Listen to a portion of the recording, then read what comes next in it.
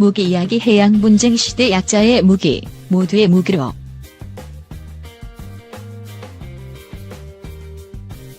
초음속 대한미사일 경쟁 불붙은 동아시아.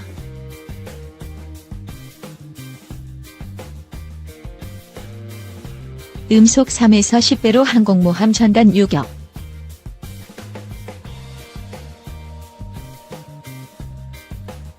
해상 전력차 줄일 수 있는 강한 한방.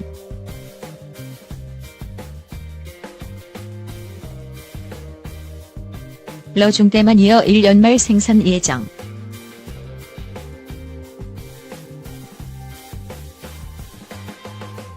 북도 이란서 기술 도입 개발 움직임.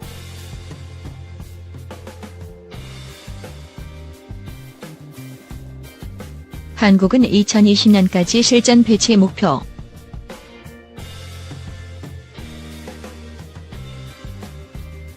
동아시아의 바다에서 초음속 대한미사일 경쟁의 경랑이 일고 있다.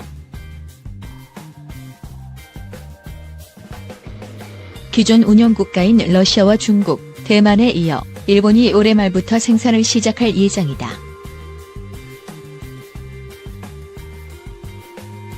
우리나라는 오는 2020년 배치가 목표다.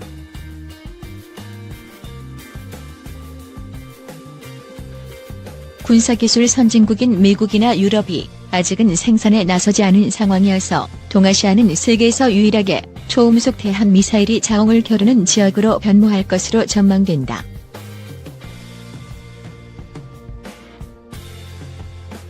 물에 떨어진 잉크 방울이 번지듯 초음속 대한미사일을 개발, 운용하는 나라가 늘어날 가능성도 높다.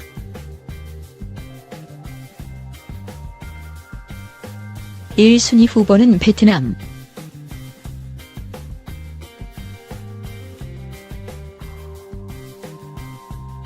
인도가 지난 2006년 개발한 브라모스 브레마스 미사일을 도입해 중국 견제용으로 배치할 계획이다.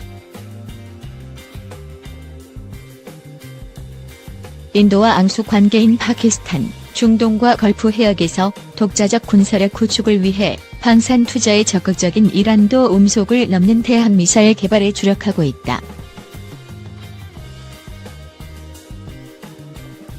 파키스탄이나 이란이 북한과 군사기술 부문에서 협력한 전례가 많다는 점에서 북한이 도입할 날도 머지않은 것으로 보인다.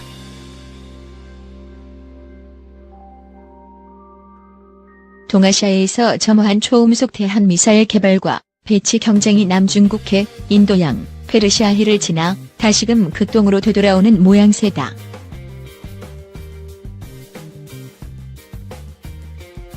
관련 기술을 갖췄으되 개발을 미뤄온 미국과 유럽이 경쟁에 합류하는 것도 시간 문제일 뿐이다.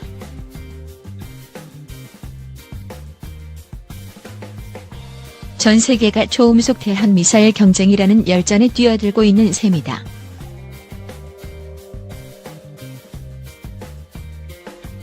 일본 ASM-3 양산 시작 움직임이 가장 활발한 나라는 일본.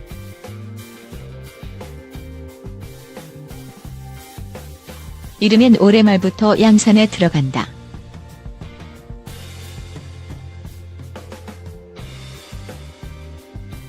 (2003년) 사업에 착수한 이래 무려 15년 만이다.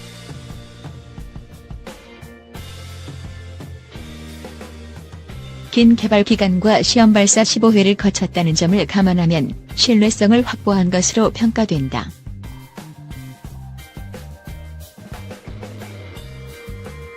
F-16 전투기의 확대판 격인 일본 국산 F-2 전투기에 탑재될 ASM-3 미사일은 최대 사정거리가 100km 수준으로 다소 짧은 편이나 최소한 음속 3배 이상의 속도와 정확성을 자랑한다.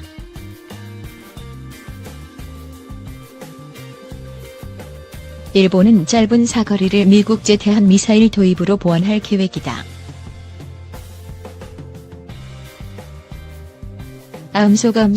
음속 이하이지만 스텔스 기능과 1000km에 달하는 사거리, 고도의 전자전 대응 능력과 정확도, 파괴력을 지닌 미국의 최신 장거리 대한미사일 LRASM, 롱레인지 엔티쉽 미사일 도입이 예정돼 있다. LRASM의 모태 격인 JASSMJOINT 에타저 페이스 스탠드오프 미사일, 제즘과 제즈미알 사거리 연장형 공대지 미사일도 들여올 계획이다. LRASM으로 일본의 투서에 접근하는 침공군의 함대를 원거리에서 공격하고 근거리까지 침입한 함대에는 국산 초음속 대한미사일인 ASM-3로 요격하며 상륙할 경우에는 제즘과 제즈미알로 경멸하겠다는 전략으로 해석된다. 약자의 무기에서 모두의 무기로 일본의 ASM-3 개발과 배치로 다시금 확인된 명제가 있다.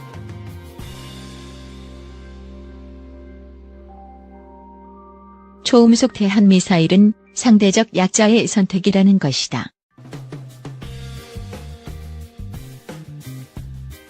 소련이 1962년 음속 4배에 이르는 KH-22 통상탄두 및 핵탄두 장착 가능 대한미사일을 개발한 것도 막강한 미 해군의 해상 전력에 대응하기 위해서다.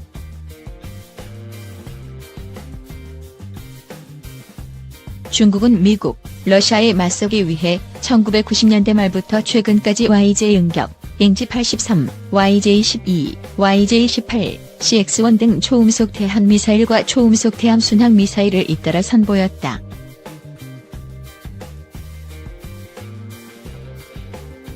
중국은 특히 DF-동풍, 둥펑-21, DF-26 같은 대함 전략 미사일 ASBM, 엔티쉽 벌리스틱 미사를 1991년부터 운용해왔다. 음속 10배의 중거리 탄도미사일로 일본은 핵탄두를 장착할 수 있는 이 미사일들은 미국 항공모함 전단 격파용이다. 최신형은 탄착 오차 CEP 10m 이내까지 정확도를 높였다. 해상 함대 전략으로는 미국과 맞설 수 없으니 극초음속과 핵폭탄급의 파괴력으로 전단 전체를 날려버리겠다는 발상이다.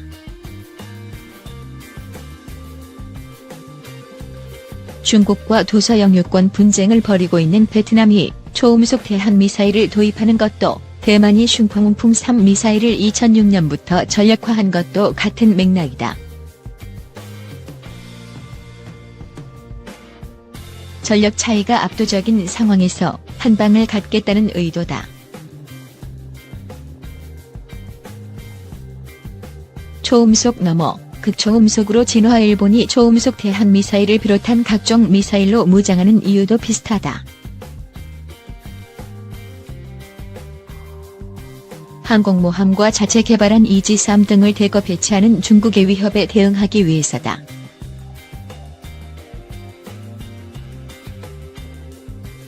예전처럼 해상자위대의 전력만으로는 중국 함대를 맞상대하기 어려워진 만큼 초음속 카운터 펀치를 갖겠다는 속내가 담겼다.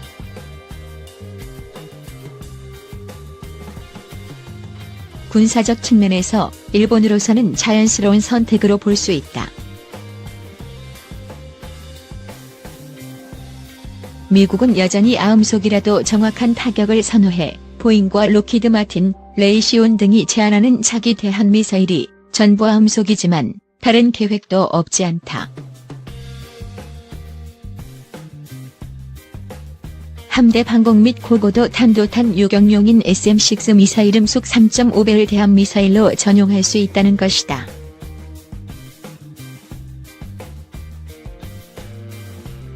(2016년) 대함 표적 실험까지 성공적으로 마쳤다.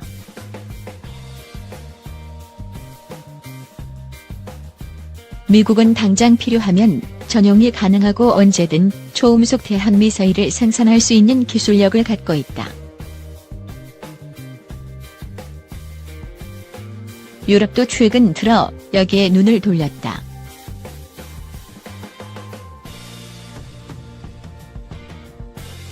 영국과 프랑스는 페르세우스 퍼시어스, 그리스 신화의 영웅라는 사거리 300km, 음속의 5배인 극초음속 대한미사일을 공동 개발해 2030년까지 하푼 또는 엑소세 대한미사일을 교체할 계획이다. 극초음속 대한미사일은 이미 실용화 단계에 있다.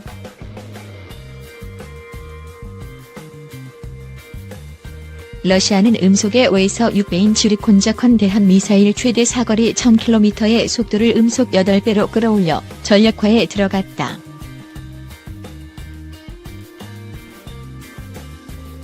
인도 역시 음속의 7배인 브라모스 2사거리 290km 개발을 끝냈다. 일본이 배치할 ASM-3의 실제 속도가 음속의 3배가 아니라 5배라는 분석도 있다.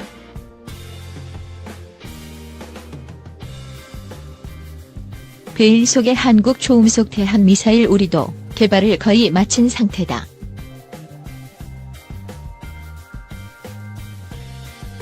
러시아 기술을 2000년에 받아들여 2015년께 사실상 개발이 완료됐지만 소형화 요구가 추가돼 지난해에 비로소 개발을 마친 것으로 알려졌다.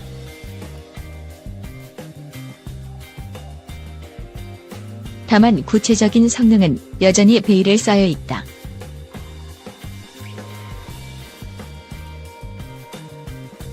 사거리 300km 이상, 속도는 음속 3배, 직경 533mm 정도라는 점이 알려졌을 뿐이다. 상대적으로 가볍고 작아 다양한 탑재 수단을 선택할 수 있는 게 장점으로 꼽힌다.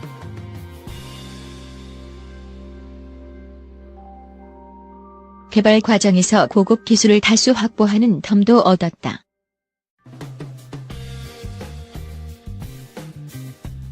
종합적인 성능이 북한 상대용 이상으로 뛰어난 것으로 알려졌으나 문제는 신뢰성.